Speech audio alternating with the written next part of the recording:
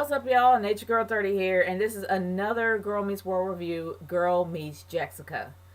Honestly, I thought it was going to be another love interest to kind of stir things up in the whole love triangle, kind of split the love triangle apart, but Jexica happens to be Riley's alter ego. The weirdest alter ego I've ever seen in my life, but hey, I don't mind anybody that has a sword in their closet. So hey, more power to you. But it does bring up a very interesting premise. I guess that's a way of phrasing it. Is that the lately, especially on YouTube and social media itself, people are literally going gaga for likes and comments and subscribers and views and all this other stuff. And for what Corey was talking about, he does have a good point. We're pretty much becoming a generation of likes and comments and subscribers and all that other stuff. And pretty much people are, especially on Facebook. Facebook, I guess, can be pretty much the biggest offender, to where that people are literally going overboard with having so many friends, and most of these friends are people that they don't know, and they're actually valuing themselves by how many friends they have, as well as how many subscribers or likes and stuff they have for a certain topic. And honestly, they got a good point. I like the way that it actually did portray. I mean, it actually did come out when it comes to high school. Everybody's trying to find that place where they belong, trying to figure themselves out, especially during that time when you're in that little bubble for 4 years. It's an interesting idea, and I like the way that it was executed.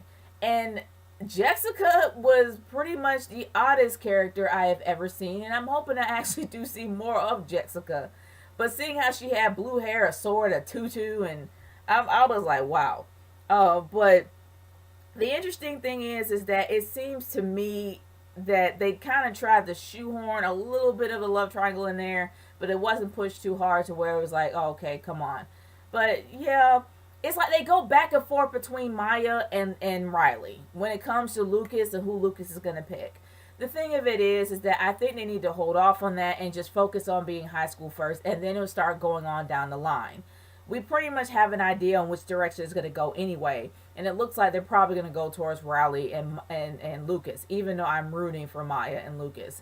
But despite all that, Jexica was about trying to find your identity and pretty much using an alter ego or an alter identity to cover up who you really are, because you're afraid that people won't like who you really are. So you use that person as, well, your representative.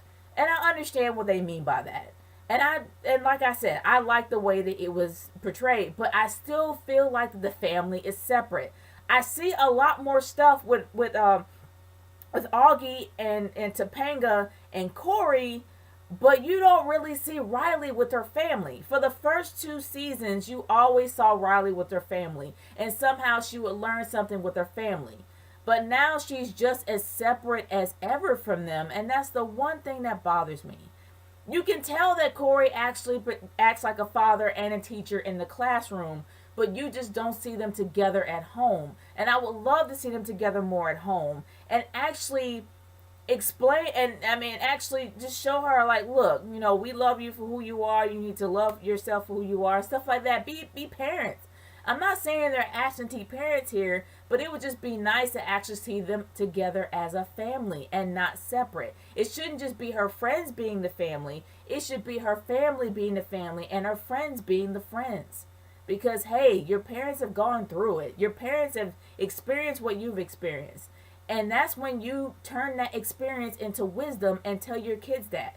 That's the one thing I'm hoping that will happen in the next or some episodes down the line.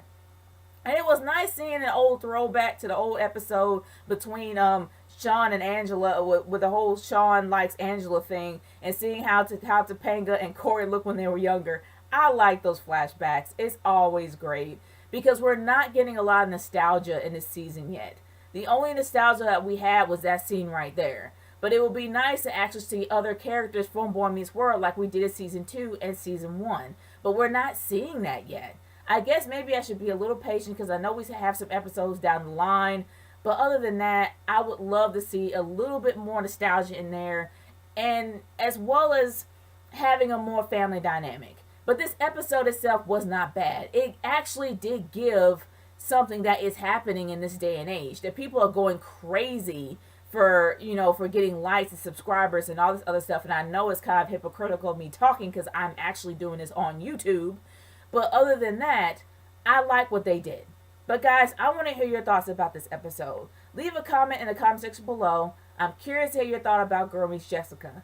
And honestly, I'm curious to see what's going to happen down the line with this season and whether or not they're going to stop it at season 3. Because if high school is over, I'll be fine if they actually do stop it at season 3, or if they actually decide to continue it, that they'll do it on ABC Family. But other than that, those are my thoughts. I want to hear your thoughts. Naturegirl 30 signing off. Peace out. Later.